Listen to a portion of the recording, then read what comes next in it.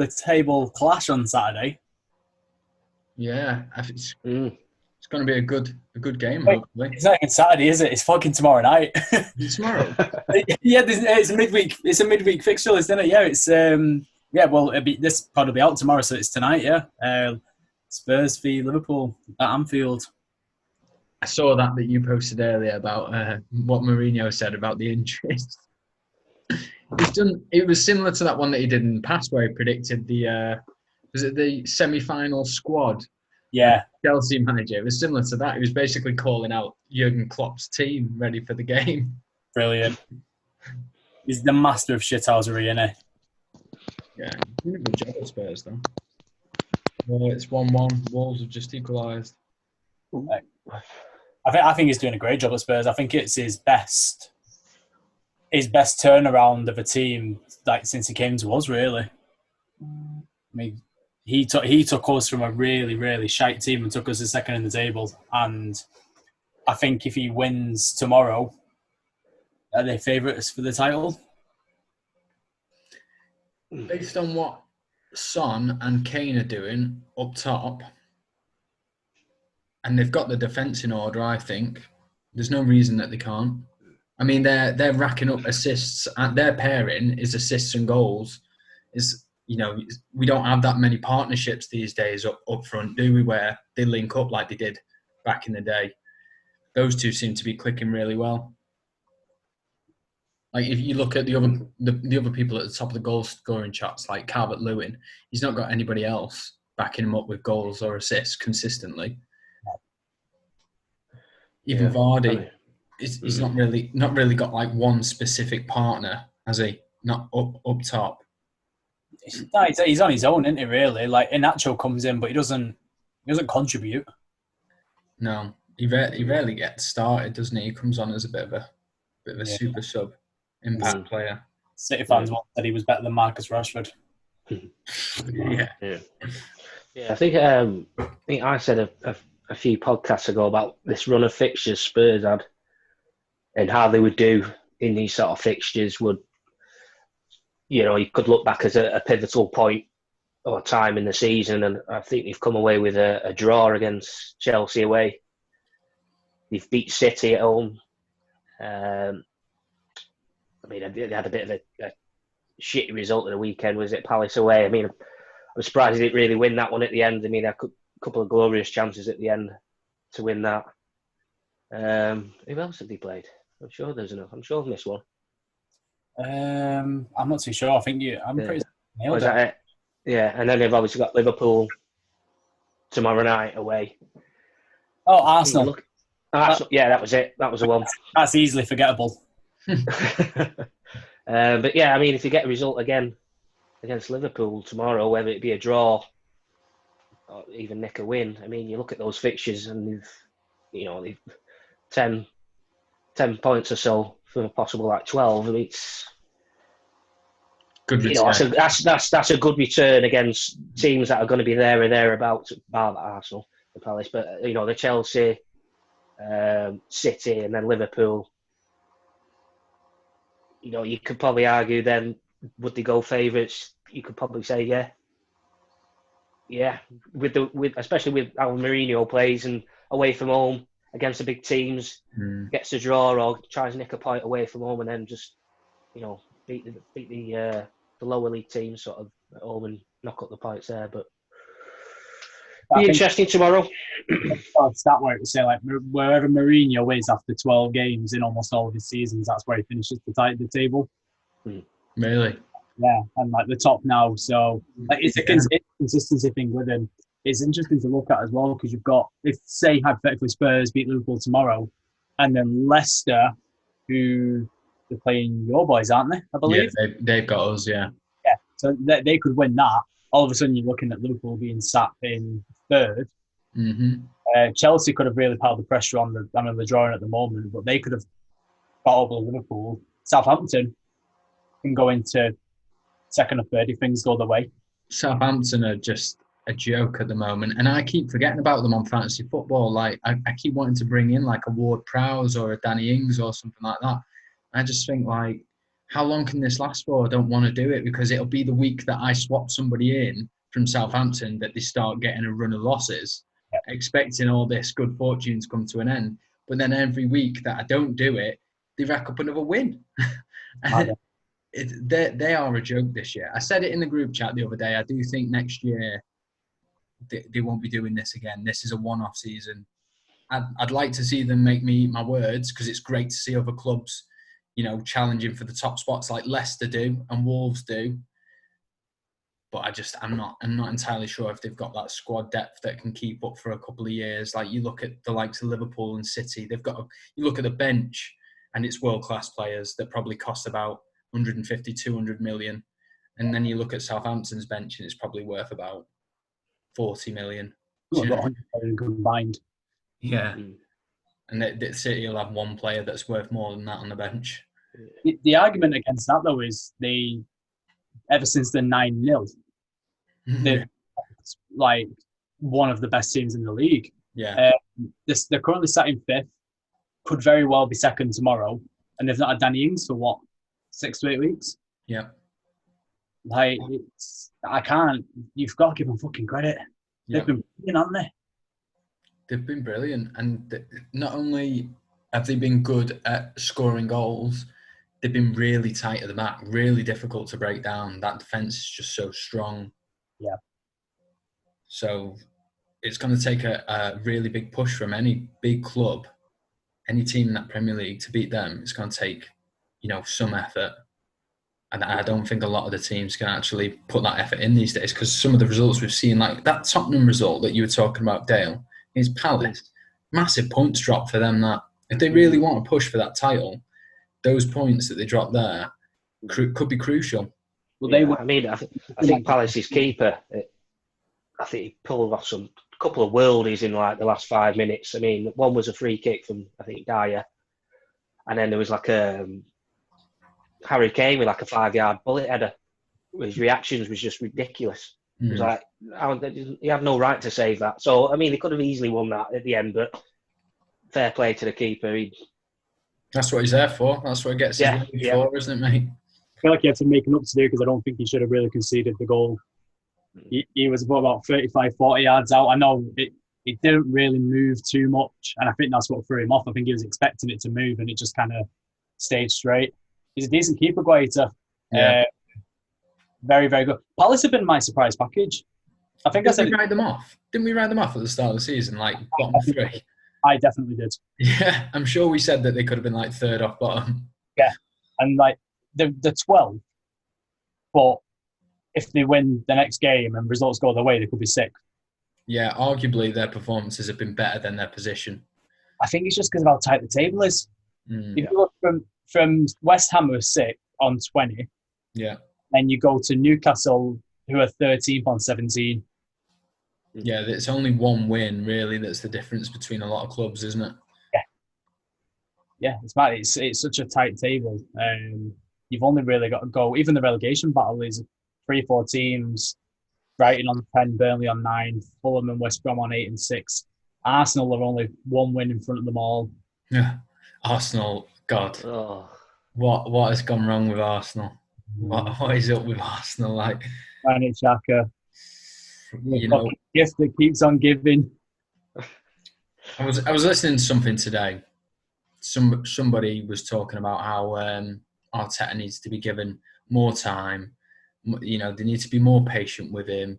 He's won silverware. They're still using that old excuse, he's won silverware. I'm not being funny. If I was an Arsenal fan, right, I would want to see my team in the top 6 where they belong, and I would trade in that Charity Shield and that FA Cup in an instant to see them back up where they're fighting for Europe. I wouldn't care about one FA Cup if it meant that I wasn't worried about my team getting relegated. I mean, they won't, but they are dangerously close to those positions, and it is a worrying sight for Arsenal fans at the moment. I mean, it doesn't get any easier tomorrow. They've got Southampton. Yeah, I know. With no Bellerin, no Kolasinac, no Tierney, no David Luiz, no Partey. Might as well have no Aubameyang because he only scores goals against his own team. You were saying about fantasy football earlier. I finally took him out my team this weekend. I finally realised, this is the time I've logged on. I need to do it. And lo and behold, he finally found the net. It was the wrong one. What would he have been on fantasy football for an own goal? He'd have definitely been docked points. He'd have been minus, wouldn't he? -1, yeah. Mate, that is the ample time to get rid of him. If he's getting you minus and he's not been getting you goals for a good 6-7 weeks. Imagine that was a triple captain move as well. At home against Burnley, you're thinking if he's going to break, if he's going to get his goal and what now, against Burnley, might have been the game. Some poor soul is triple captaining him. This weekend. The weekend's just gone, hasn't it? Would it have been -3 for a triple captain on him? Would he have tripled the minus as well? I'm honestly not sure how it works with that. That would have been interesting, though, wouldn't it? Like whatever score he gets, it gets tripled. -1, boom, -3. It should absolutely be like that. That'd be great. That's salt in the wounds, that, isn't it? I saw that Lee triple captained Salah last week, and I bet he was sweating when it was getting towards the end when they were 1-0 down. I captained him. I did captain him. I tell you what, they were lucky against Fulham. Did you just catch it? All I've seen is highlights, so I didn't see the full picture.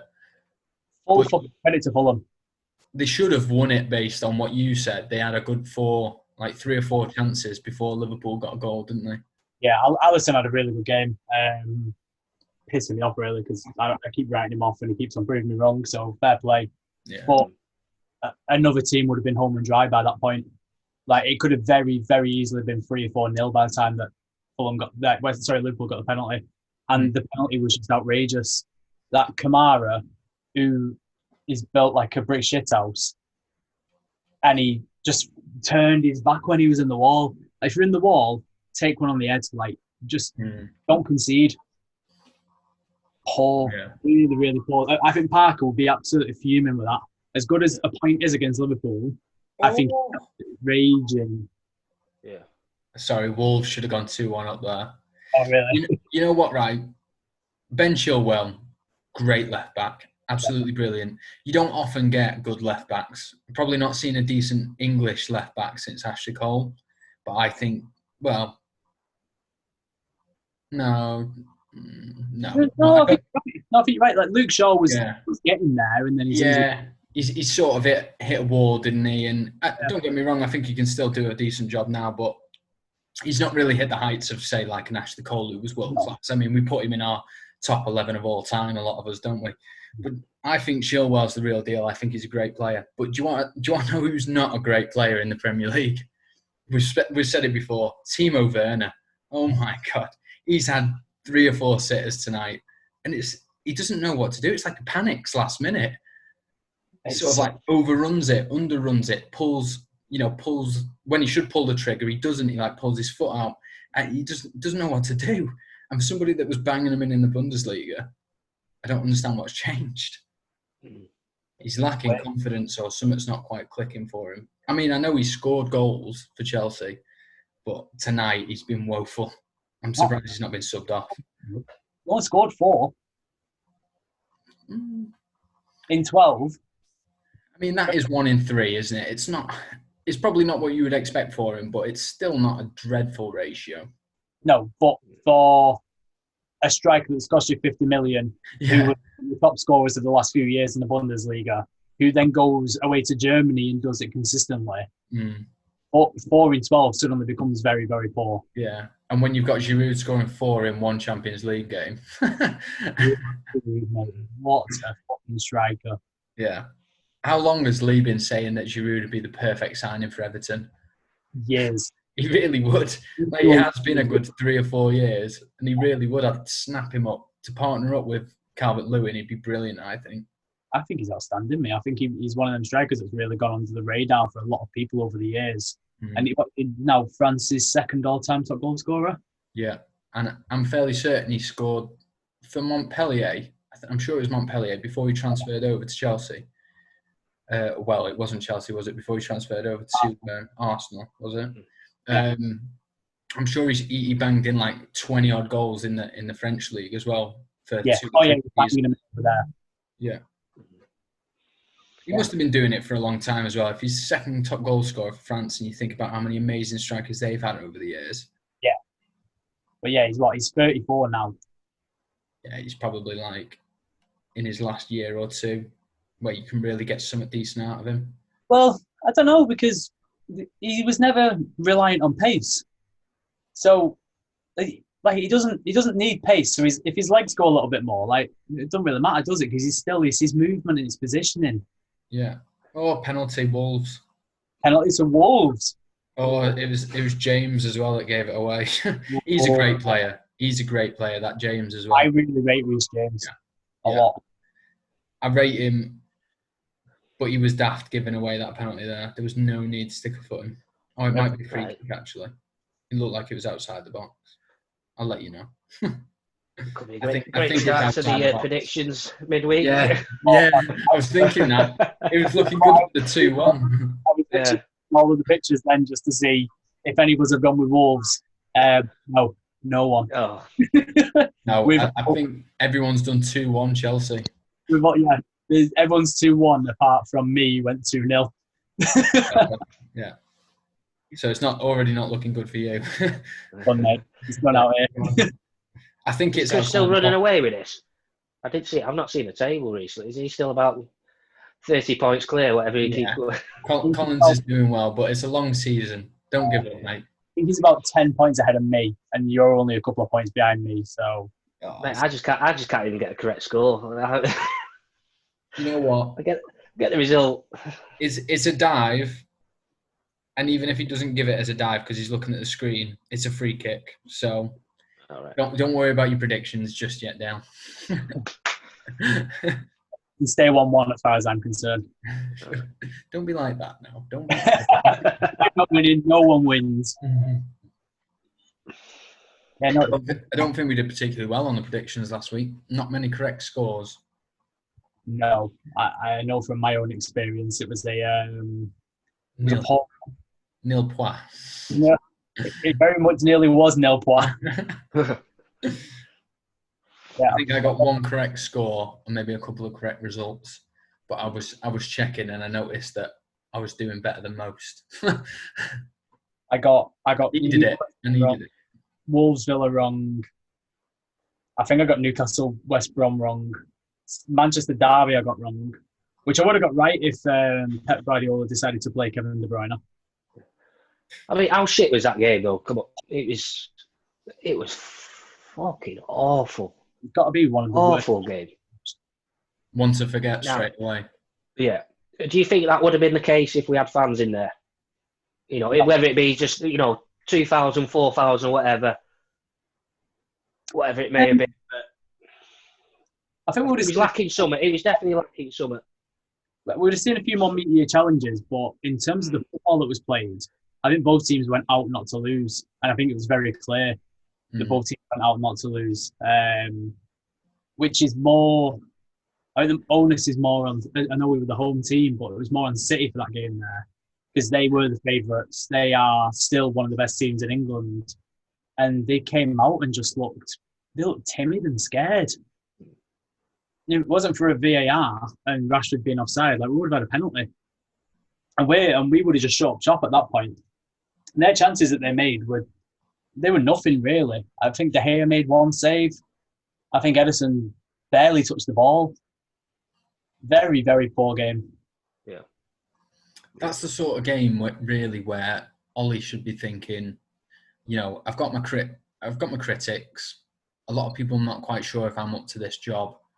What better way to really show them that I am capable of running this club? Let's go out there and put on a cracking performance against our rivals, a team, one of the best in the world, one of the best in England. If we can beat them, then we're really showing that we shouldn't be written off. Yeah. And then you're getting a 0-0, and as you've explained, boring, one to forget.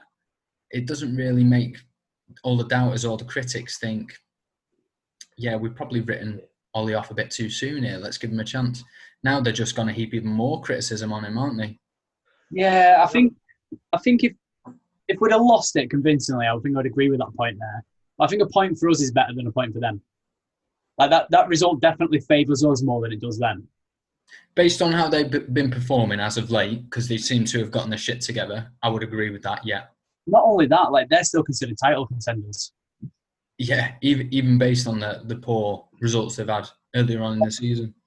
And I think it was the first derby that we started above them since like 2015 or something. Mm. Like as much as, and we've won a fair few derbies in that time, but in terms of Premier League positioning, yeah, the City has been blue for a while now. So I still think if they're a place below us and they can't beat us, but they're still considered title contenders, so where does that put us then? Like, it's an interesting Really, one. You've got to be considered title contenders yourself, really, I think. Yeah, I think so too. I think a lot of teams can be considered title contenders. I still don't look forward to Everton playing Man United. Never have done, never will do. I just expect Man United to give us a good hiding every time we play you. And I know sometimes we manage to scrape a draw out of you, but I can't. It's been a long time since we managed to get a convincing victory against Man United. It's probably back when Moyes was in charge. Then you beat us 4-0 the other year. Yeah, I didn't want to bring it up, but that was the one I was thinking of. It's ingrained in the memory, mate. Trust me, those ones are at the front of the memory bank. I think you're right. I think we definitely should be considered title contenders. Do I think we'll push? No, but we are only 5 points off the top with a game in hand. Yeah. Look at the teams above us. We've beat you. We've beat West Ham. We've beat Southampton. We drew against Chelsea, which we should have fucking beat Chelsea. Let's be honest. That was the next most boring game I think I've watched all season. That was a bad game. Yeah. Yeah. Leicester we've not played yet, which I think we'll beat them as well. As high as they are, it's Leicester. Like, they don't pose any threat really. You know what, right? They're a bit dodgy, Leicester, because I know that they've had some cracking results. But even going into our game against them, I'm still sort of quietly confident that we can get a couple of goals against them. Like, even in my predictions, I predicted a 2-2 draw, but I was half tempted to give us a 2-1 win. I don't blame you. I know that might be optimistic, but I'm just, I've seen quite a few Leicester results this season, and they are a bit wayward sometimes. But then again, what team isn't this season? Like, I just can't predict half these results. The one that sticks in my mind is the fact that they went to Liverpool, the ultimate chance to go and stick one on the title favourites. And they were dreadful. They were absolutely dreadful. Yeah. So we've got them. Then we've got Liverpool to play, which is going to go one or two ways. We're either going to pull out an Ollie masterclass and turn up against a big team, or we're going to get absolutely trounced. And then Spurs dick to 6-1. When have you got Liverpool? It's close to Christmas, I believe. That's what I'm thinking. Based on what you said there, it sounds like it's going to fall near Christmas, which will be brilliant for Christmas time. We've got 23rd, we've got Hughes. Oh, great. Our Christmas is ruined. Boxing Day, we've got Leicester. Oh, sorry, that's the cup game, innit? The cup quarter. Yeah, sorry, Carabao Cup game. Yeah. The Boxing Days are Leicester. We don't play Liverpool until the 16th of January. Oh, okay. Yeah. And that's the last game in our 19. Sorry. So then we go to the Liverpool and fix. Yeah. You know what? Right. I'll repeat Kevin Keegan. I'd love it if you beat them. I would love it if you beat them, because I know that there are Everton fans that don't like United fans, but I'm a big fan of United fans, as you probably gathered by me being part of this podcast. My mum's a United fan, but the mutual hatred for Liverpool is real. Yeah, we should be together. Almost like that should be the one thing that unites with Liverpool. Yeah, I don't know, Dale. What are you thinking? Can we really be considered title contenders? I want to say yeah, but realistically, I don't think so. We're just too inconsistent. That's why. I thought the game against City was there. I thought Ollie could have took a little bit of a risk. Myself, I thought this was. I don't watch City all the time, but it was one of the poorer ones I've seen City play. And I thought there was possibly a chance, to actually go at him a little bit more. And I was just looking for him to do a bit more of take a bit more of a risk with a sub or something, just to try and actually go and win the game when when we could see it's not actually going sort of City's way. But yeah, I mean, in general, I just think we're too inconsistent. I mean, we've got to cut out obviously conceding first or conceding early. Anyway, I mean, you can kind of get away with it, possibly with it, some of the lower teams. But as you've seen in the Champions League the other week, when you do that against a better quality team, it's difficult to get that back. But yeah, I'm still aiming for top 4. Yeah. I mean, obviously, I think the gap will be a lot closer, obviously, because Liverpool, and there's not going to be a team that's going to be getting 90 odd points again this season. So the gap's definitely going to get close. But like I say, I think Chelsea are looking good. Liverpool are still there. Spurs seem to be getting the results. I think we'll just probably just sit behind them a little bit. City will probably improve.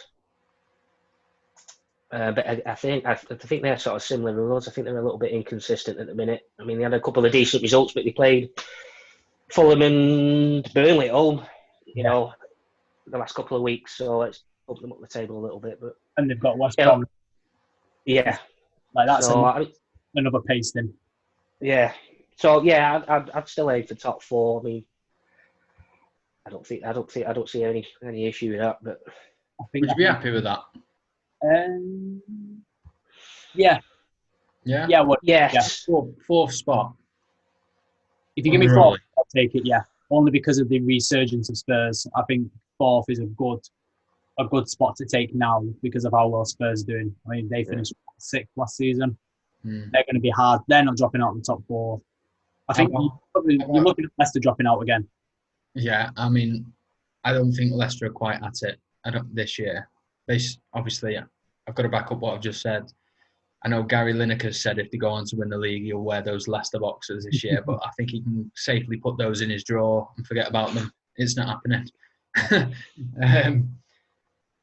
I think that 4th under Ollie with no silverware is a bit disappointing for Man United. From an outsider's point of view, I think you've got to be looking at silverware. I know you're still in with the Carabao. But yeah, the Carabao is a tin cup, innit? Like nobody's asked about it. Yeah, I mean, you could already argue it's disappointing already. I mean, we've gone out of the Champions League. Do you go into the Europa League now because of going out? Yes. Yeah, we've got Sociedad top of the La Liga. Top of La Liga. Nice. That's because they've got David Silva now. Arguably one of the hardest ties out to get them. It's just funny how David Silva's gone over to Sociedad and all of a sudden they're top of La Liga. Yeah. Like City let him go too soon, I think. I watched the Madrid derby on weekends and Atletico were really, really poor. Real really put them to the sword. It's typical of Atletico Madrid, though, isn't it, to bottle it in the derby? Yeah. I mean, I've watched the Atletico and the Real Madrid derby a couple of times over the last 5-6 years, and it always seems to go to Real Madrid. And obviously, they had the 2 legs over the semi-final of the Champions League as well, didn't they? Where Real Madrid took it. And they had the final as well. Yeah. Where we were winning until the 8th to 9th minute and then lost it 4-1 in extra time. Was it your boy that got the winner? No, he got the equaliser. That was it. The equaliser, mate. The best. I know he had some input in it. Of course he did. King Sergio. Yeah, no, I think I slated the Europa League during the summer. But if you offered me 4th in the Europa League now, I'd probably take it. I think the Europa League's a lot stronger this season. I think there's some good teams that have been relegated from the Champions League. I mean, put me, Real Madrid almost got knocked out into it. Yeah. Real Madrid have been dodgy in the European competitions, haven't they? They've strung some bad results. Yeah, really bad. Real Madrid are sort of like City for me. Like, you know that they're always dangerous. But this season, they've just not, and last season as well, they've just not been the consistent Real Madrid that I expect. And obviously, it's got something to do with Cristiano leaving and going to Juventus last year. But Zidane's somebody who knows class. So he's going to rectify that issue. They've got plenty of money. They've got a good caliber there already. You don't get rid of Gareth Bale if you've not already got class to fill the void. If he didn't play him anyway, so. Well, this was it. This is the first season he went under in about, I think they said it was over 20 years, where they've not signed anyone. Wolves have just gone 2-1 up. Have they really? In the 95th minute, literally 94.50. I mean, Unlucky. predictions tables, so upsetting. 0. Lucky Frank. What was I saying just a minute ago about Chelsea will be up there,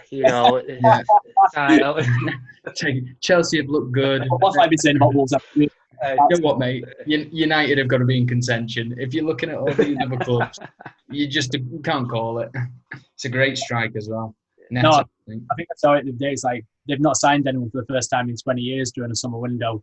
And it's like it was Guillaume Balaguer. I think he was on a podcast. I can't remember if it was that or not. And they're saying how much that the coronavirus has really affected the Spanish clubs. Yeah. Even the Queen's club, like they're really struggling. So they've had to save all the money. I reckon they're going for a full pelt for Mbappe next year. I think that. It's got to be. It's got to happen at some point. Like it's absolute destiny that he moves there. I don't care what these scouts fucking think that he's joining Jurgen Klopp. There's absolutely no way in hell that they can pay his wages. He's taken that throne that Ronaldo left. Yeah. That's a thought. That's a scary thought. He grew up, didn't he, with posters of Ronaldo all over his bedroom wall. He obviously wants to take the mantle off his idol. Yeah, he's been linked with Real Madrid since he moved to PSG. Well, imagine being his age and you've just had a move from Monaco to PSG for 160 million or whatever figure that was, and then 3 or 4 years later you potentially could go to Madrid for arguably the same amount, if not more, by the time you're the age of 23, 20. It's just fucking mental, ridiculous, isn't it? Absolutely ridiculous. He is world class, though. You don't get many players like him, do you? In a lifetime, he's capable of being up there with your Ronaldos and your Messis. We've been fortunate to be blessed with those two. We've had some great players as well when we were younger with your Zidanes. I even remember Paul Gascoigne when I was a kid. Ronaldo. We've had some great players, but Mbappe could really, really push it to the very, very top.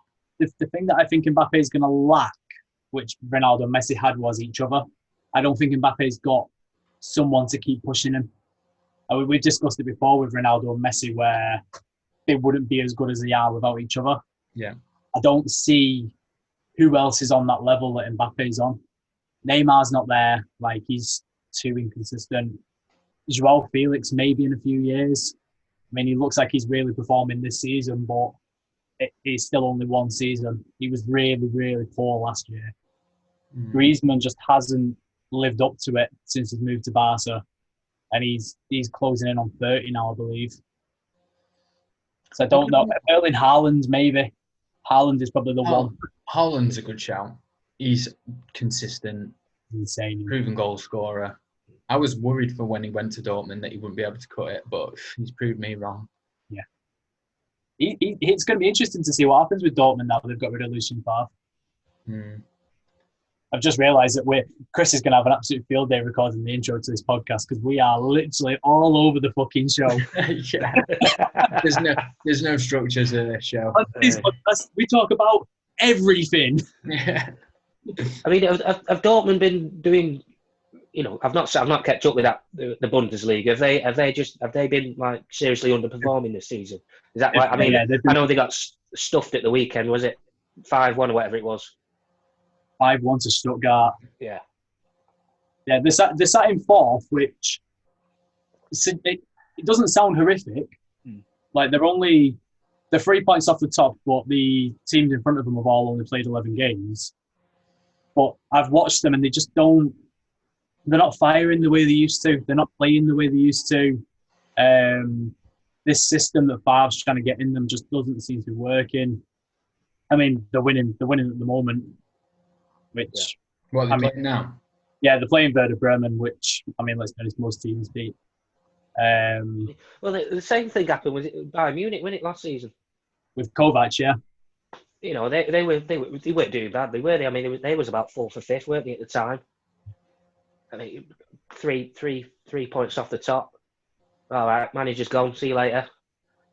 And then absolutely cruised to the Bundesliga title, and you know, Won the Champions. we witnessed all that through the Champions League. You know, it was just one of the best Champions League performances we've ever fucking seen. They started that 16-year-old tonight, Borussia Dortmund. Yusuf Moukoko. Is he really that good? 16 years. Apparently, he's been bagging goals in under 18s and 21s at 15 years old. And he played the day after his 16th birthday, I believe it was. They brought him on as a sub. Wow. I mean, that's impressive. Yeah. You've got to be world class to be breaking into a first team in proper professional men's football. Like, when I was 16, there was no way that I'd have been able to play against fully grown men. Absolutely no chance. I think the only one I can think of for United, and I remember the story really well, was when Fergie wanted to play Darren Fletcher when he was 15. He wanted to make Darren Fletcher the youngest player ever. And it was literally blocked by the FA because he was still in school. He was still on a school contract. He was class, Fletcher. I love Darren Fletcher, mate. Fletcher. I saw a video the other day. It was something that Mika Richards posted on his Instagram, and it was a tussle between him and Fletcher.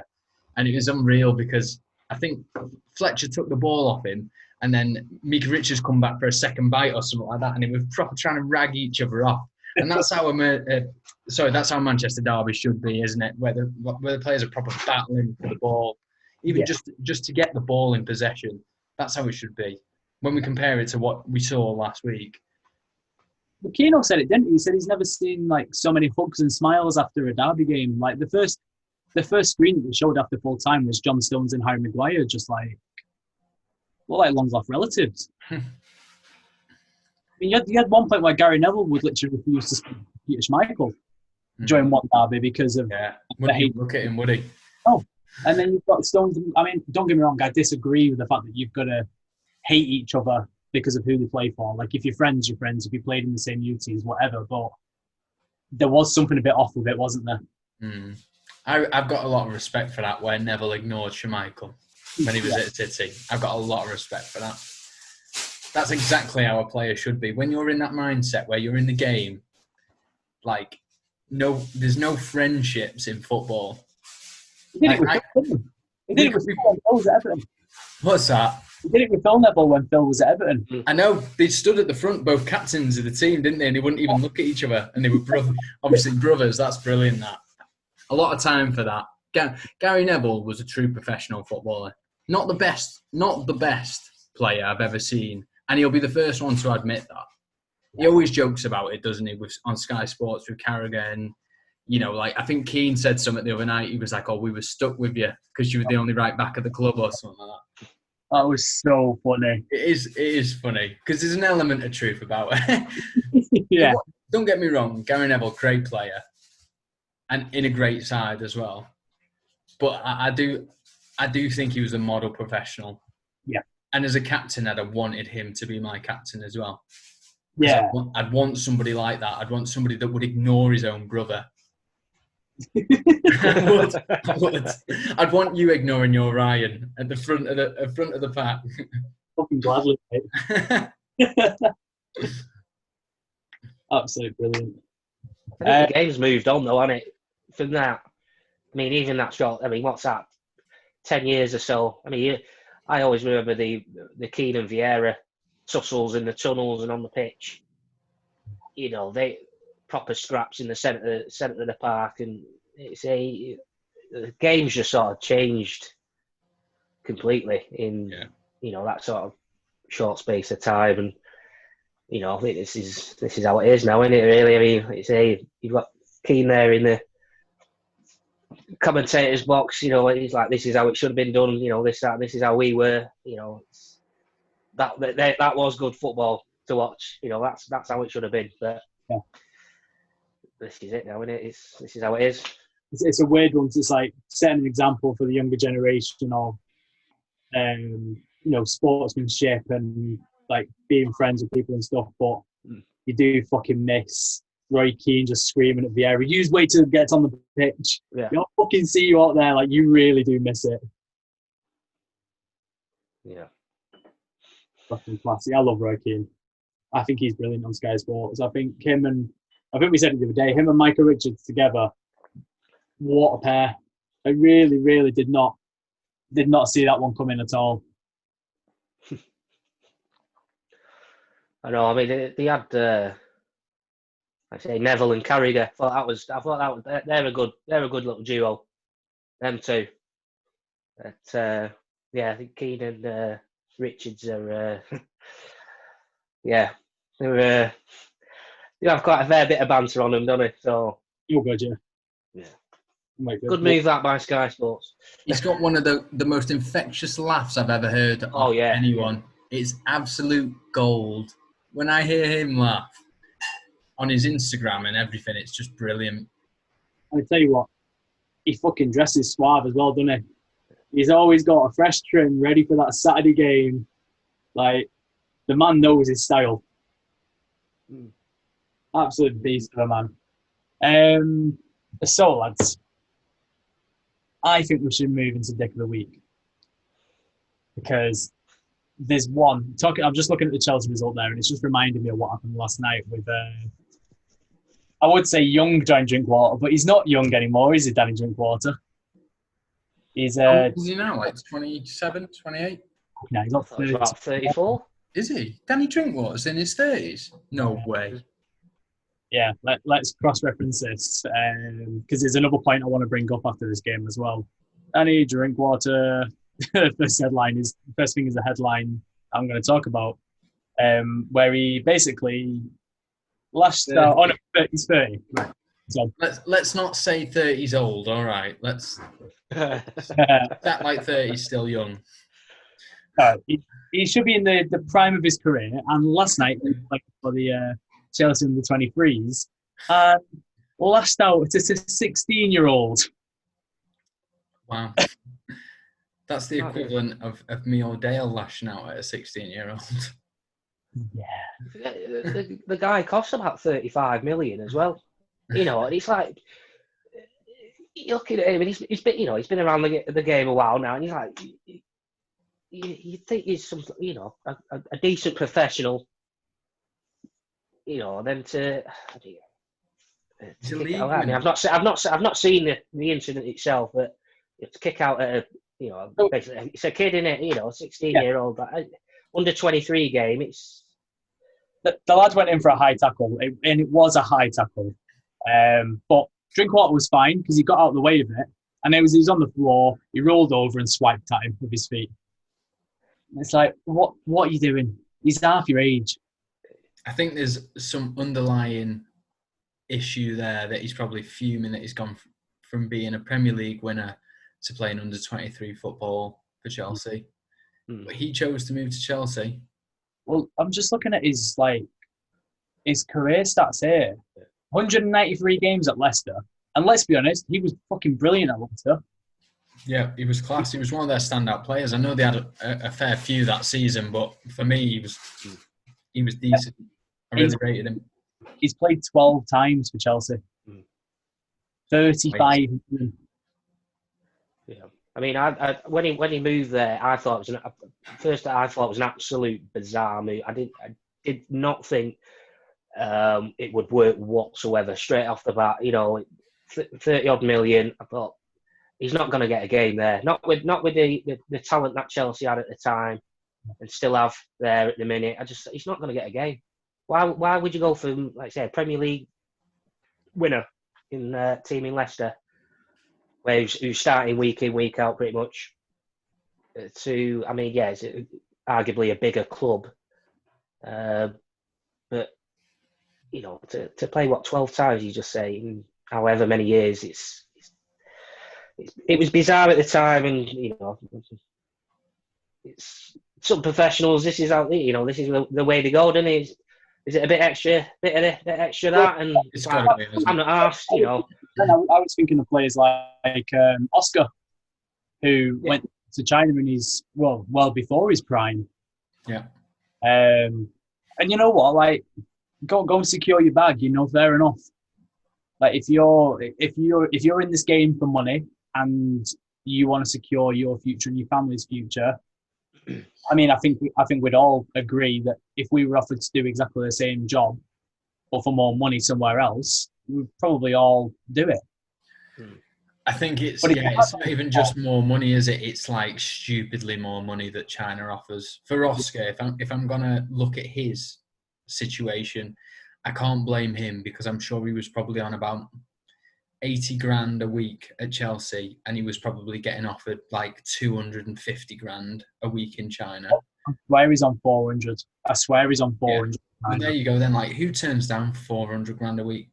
I don't know what the tax is like in China. I'm sure it's nothing compared to British tax. Like, I know that they do get taxed, but I don't think it's anywhere near the same rates. It won't be like your 20s and your 40% tax like over here. Forbes is saying he's on 25 million salary. 25 million a year? Yeah. What? It's a no-brainer, isn't it? Like, he's sorting himself and his family's life out there, and probably not even just his immediate family. That's his like next generation of family sorted, and probably even their kids after that. Well, 100%. Like, who can't get by on that sort of money? Yeah. I mean, I thought the same.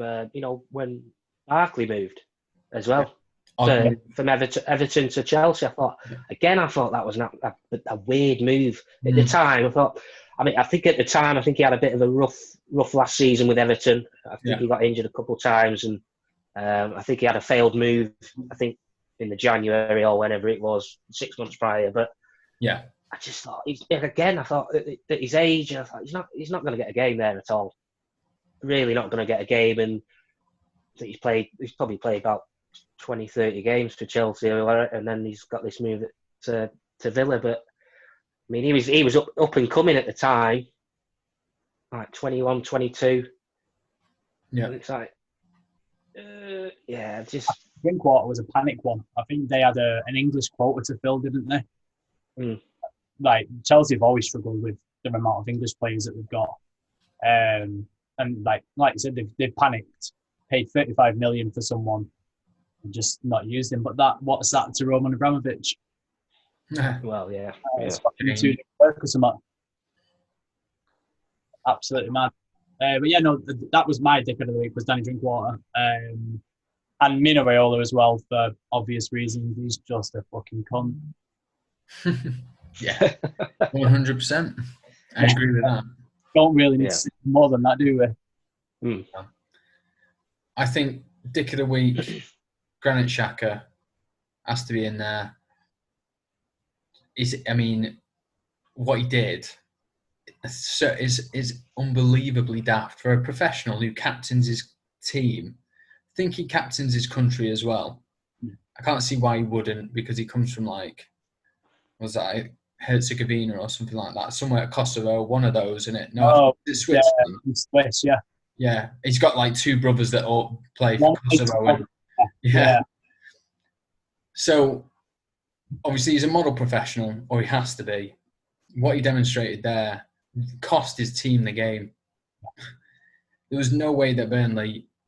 I mean, I watched, I think, about 60 minutes of it, and I saw the sending off. And Arsenal were on top. There was no way for me that Burnley were going to win that game up until Arsenal went to 10 men. And then Burnley had every right to go on to win it. And I'm glad that they did, because it just solidifies the fact that you can't, in this day and age, you can't afford to make a silly split decision like he did. It's just beggars belief. I just don't understand why a player would do that and compromise his team who are already struggling, as we discussed earlier. Their chances of getting what should be for them an easy 3 points. Like, Arsenal should be looking at Burnley as 3 points. Yeah. The old Arsenal would have looked at Burnley and thought 6 points a season. There's no way that we're going to lose points to Burnley. But these days, I look at that fixture and I think Burnley might get some of that. And if not, then Burnley should be holding them to a draw. So for me, Dick of the Week's got to be Granit Xhaka, because I just think that he's an absolute pleb. I called Put him it the lightly. given. Like, it's not the first time. That's the worst part about it. It's not the first time that he's cost Arsenal like this. Will it be the last time? I can't see him being back in an Arsenal shirt now. But then again, who knows with that fucking Arsenal setup? Well, he did that. What was that thing he did with the fans that time? Did he stick When the he cup at the fans or something he like that? clapped him and like cupped his ear, I think, or Yeah. something. He encouraged the boos. Yeah, like, what? That's no respect for your own fans. I know, obviously, that's gone, but I'm sure Arsenal fans haven't forgotten that. I mean, I wouldn't if it was one of Everton's players, like, especially if it was like if it was our captain, whoever our captaincy goes to. Sometimes it's Sigurdsson, Coleman, whatever. If it was Coleman, model professional, if he did that and cupped his ear to the Evertonians, I wouldn't want to see him in an Everton shirt ever again. Yeah, absolutely agree with that. So for him to do that, be accepted back into the club and be playing for them consistently again, and then to go and throw away an important 3 points that they probably would have got, or at least a point, which is disappointing for them, for him to go and do that, I don't understand how. It would be, for me, that would be a lack of like good management skills from Arteta. He's obviously lost an element of authority there at Arsenal for that stuff to take place. So for me, he needs to be gone. Shaka, I'd stick him in the under-23s. Do a drink water to him. Yeah. He'd probably go and snap some 16-year-old.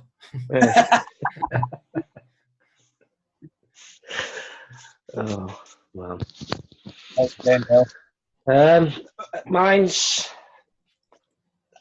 Mine's actually going to be Jack Grealish, because it's come out this morning that he's actually been banned for 9 months driving and he's been fined about 80 grand, is it? Yeah. For two counts of careless driving. Just, you're an idiot.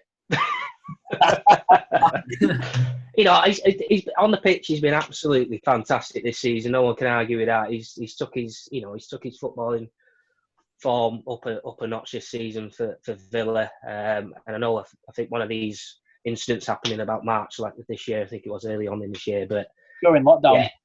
You deserve that, mate. Dick of the week. Sorry, that's mine. Yeah. Sorry, Grealish, but I'm so glad you brought that up, because I was tempted myself. He's had a shocker week, hasn't he? Like, done for careless driving. He had that wonderful picture leaked. That's what I wanted to talk about. Yeah. If anything, that takes away the dick of the week slightly. Thing is, with Grealish though, he does make silly decisions, because when we were in the first lockdown, he went out to that party, didn't he? And he got roasted for that. Didn't it? Yeah. So obviously, when it comes to driving, he should just have a chauffeur. You know, like have somebody take him to things, tell him when he shouldn't go to things. The thing is, as well, like, you could understand if he was a 19, 20-year-old kid. Like, money's got to the head. He's just having a good time partying. He's 24 now, captain of his club, Phil Foden and Greenwood for England. Exactly. Yeah. Exactly. Like I think Colin said it perfectly a while ago when that was happening. Get the mistakes out of the way early. You know, let them learn from it. Grealish just doesn't seem to be learning from it yet, and I can never excuse like drink driving or careless driving, because it's not your life that you're putting in danger when it comes to that. Like, if you get behind the wheel drunk, and that you're putting everyone else's life in danger there, and it's just not excusable. That, like, especially for a professional footballer, captain, role model. How many kids have got posters of Grealish up on the walls? Oh, loads. There'll be loads of Villa fans that adore him. Yeah, absolutely. And even if it had moved to United or City, it would have been the same story. Like, there would have been loads of kids in Manchester that would have adored him. Yeah. And it's just not, as a football player and a captain, it's not the example you should be setting that. On the pitch, he does set the example. He's brilliant on the pitch. Remember when he got hit by that Birmingham? Yeah. And he went on to score the winner in that game. Like, there is no better way on the pitch to prove a point. No. Like, you're in your derby, it's 0-0. fans just run onto the pitch and clobbered you. So you go on to score the winner. That is how you prove how amazing you are. And how many Aston Villa fans loved him for what he did there and still do to this day. Yeah. And when he just does these silly little things off the pitch, it really does let him down. Like, he is the future of English football. Like, he will be in the England squad if he can continue on this course. Like, how frustrating is it for us when we don't see Gareth Southgate picking him? Yeah, he's the one on the team sheet straight away. Exactly. The first person we look for, has he played Grealish? Because he plays exciting. I think Lee suggested earlier about Danny Drinkwater as well. I'm actually going to change my vote and I'm going to move to Jack Grealish as well. I think, yeah. The more I'm thinking about it, the more I'm thinking, yeah, you are a knob. I'd like to put it to the Twitter following vote. I'd like to see a little poll go online, see what people think. Definitely Good do shout. that. Yeah, good shout. So we've got Jack Grealish, Danny Drinkwater, and Granit Xhaka. It's a good selection there. We've got 3 good dicks there. Mino Raiola as well. Yeah, spot on that. So I guess moving from Danny Drinkwater was the final thing I wanted to bring up tonight was seeing Petr Cech back in action. Petr Cech played Chelsea 23s last night. Has he played, has he? Played last night, mate. It's good to hear. He's obviously a legend of the game. Did great things for Chelsea. Did great things for Arsenal. I think somebody on that podcast even mentioned him as their best goalkeeper of all time. Fair play. I mean, he is in good company. Like, he is up there as one of the best I've ever seen, even with his helmet on. I was going to put that 2 years, even with his helmet on. I was going to put that 2 years actually. Like, he has to be up there surely. That season where he only conceded 15 goals or something like that. Yeah. That, if we're looking at an individual season and how, like, his longevity, fuck me, the guy was outstanding. He was outstanding, but then I always just think, like, the defence that he had in front of him was impeccable. Yeah. So, like, you can be a good goalkeeper. Like Alisson, for example, you can be a good goalkeeper, but when you've got defenders in front of you, like John Terry or Van Dijk, it does make your job a little easier, doesn't it? I mean, you could make an argument with all goalkeepers with that, really, couldn't you? I mean, Casillas has had Fernando Hierro in front of him, Ivan Helguera, until recently Varane and Sergio Ramos considered 2 of the best centre-backs in the world. Neuer's always had a fantastic defence in front of him. Buffon, fuck me, how many legends has he played with? Yeah, Chiellini. Yeah. Nucci. Like, all goalkeepers are like them top goalkeepers that are partnered with outstanding defenders. But yeah, no, I think he's just below. I think we identified today, us in that group chat, then with Casillas, Buffon, Neuer are probably the top 3. But then I think Cech's probably that one just below. Yeah, I think you've got your absolute ultimate, which is those 3 you just mentioned. And then you've got the tiniest, the narrowest level below. Yeah. That's what he falls into. And that's your, pardon me, that's your Schmeichel. Mm-hmm. And the sorts of, like, I would even throw, like, sorry, COVID's really kicking in right now. I would throw, like, David Seaman in that category for me with the Invincible season. I think he gets forgotten about, but David Seaman was up there. And he did it for England as well. He was a great goalkeeper for England. Apart from that Ronaldinho goal. Oh, don't. Which still haunts us to this day. I'd even put in, I know he's been a bit shaky for the last few years, but I'd even consider throwing David De Gea in near that region. I think them 3 or 4 seasons that he had where he consistently won United Player of the Year, there was only Neuer that was on his level at that time. Van der Sar? See, you know what? 100%. When I jumped on the Late Night Reds podcast and we did our Greatest United's Ever 11, I picked Van der Sar as my goalkeeper. I mean, Champions League winner, United, I mean, Premier League, he won it all. I mean, I think the sad thing is, I think Fergie brought him in a bit too late. Yeah. I think he tried to get him a few times, didn't he, prior to when he did arrive. But, I mean, the years that he gave us, he was Would you say that It's Fulham top got his quality. best years, Dale? No. I still think that you got his best years. I think he was outstanding at Fulham, though. Yeah. That's why he came to us. How no disrespect, but how a club like Fulham managed to get the goalkeeper that Fergie was chasing for years and years and years. Like, how did we allow that to happen? That Fulham team is like, if you think back to the Fulham team that he played for, some of the players that they had back then, that was a decent squad. Oh yeah, don't get me wrong. Brilliant. But I don't think they'd have been half as good if they didn't have Van der Sar in that. No. What we were talking about there with like good goalkeepers having a good defence in front of him, that's a case where it was an all right defence, but backed up by an outstanding goalkeeper. Kind of like David De Gea, really. Yeah. Where we've been shaky at the back for years and De Gea's been the one to keep us in the hunt. Yeah, David De Gea he's gained you 3 points in a lot of games.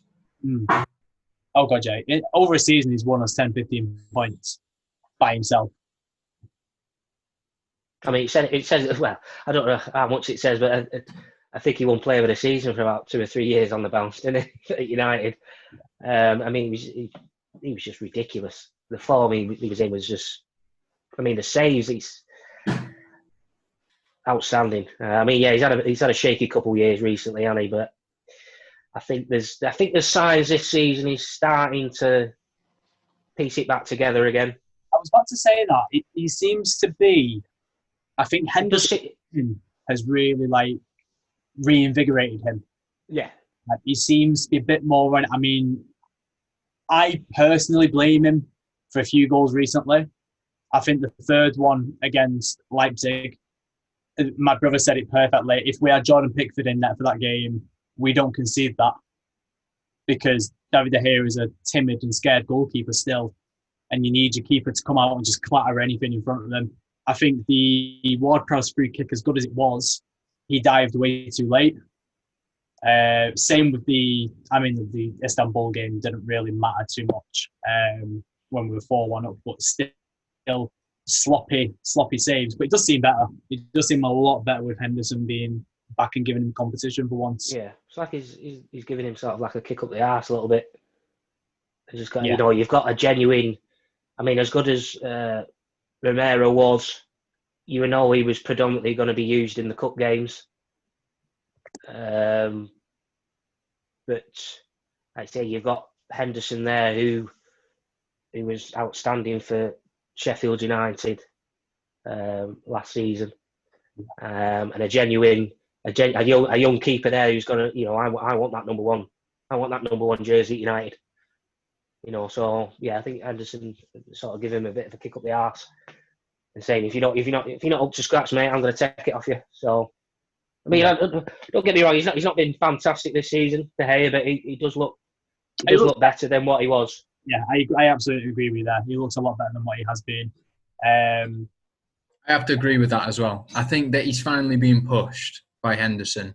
I think Henderson's one for the future, but I think David De Gea is still the number one keeper at United for another year at least. Oh yeah, I absolutely agree. I think end of this season will be the teller to see whether a PSG, a Madrid, even a Barcelona, because you never know what's going to happen at that club, whether they're going to start looking at new goalkeepers. Suddenly a 29, 30-year-old David De Gea might become a very attractive prospect. But deviate completely, and what I was going to say is, do you reckon we're going to see Petr Cech in the Premier League one last time? I'd like to. I would like to. I would like to, yeah. I mean, it'd be a bit of a slap in the face for, is it Mendy, the new Chelsea keeper? I don't think he'll drop him for Mendy for him, but I think if Mendy gets another injury, I mean, he clearly doesn't like Kepa.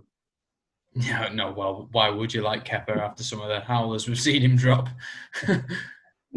Most expensive goalkeeper of all time, and he's not worth half the amount of money that they paid for him.